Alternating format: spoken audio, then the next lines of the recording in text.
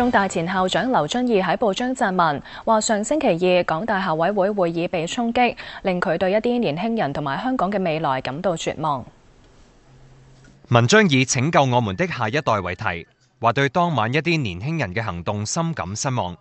劉遵義7次用暴徒一詞形容部分參與行動嘅人，話年輕人富有理想主義，但應該對唔同嘅觀點持開放態度。劉遵義質疑納稅人嘅錢係咪應該繼續用喺驕縱呢一啲自我中心、對其他人嘅自由同埋權利全無尊重同埋關切、被寵壞嘅小混蛋們身上。劉遵義話：對做咁樣唔合法行為嘅人，應該小懲大戒，例如監禁1日或者做100小時社會服務。劉遵義嘅妻子麥嘉軒係港大校委會成員，事發當晚離開會場嘅時候，被示威者圍堵指罵，未能夠即時離開，其後報稱唔舒服，送院救治。無線電視記者李卓軒報道。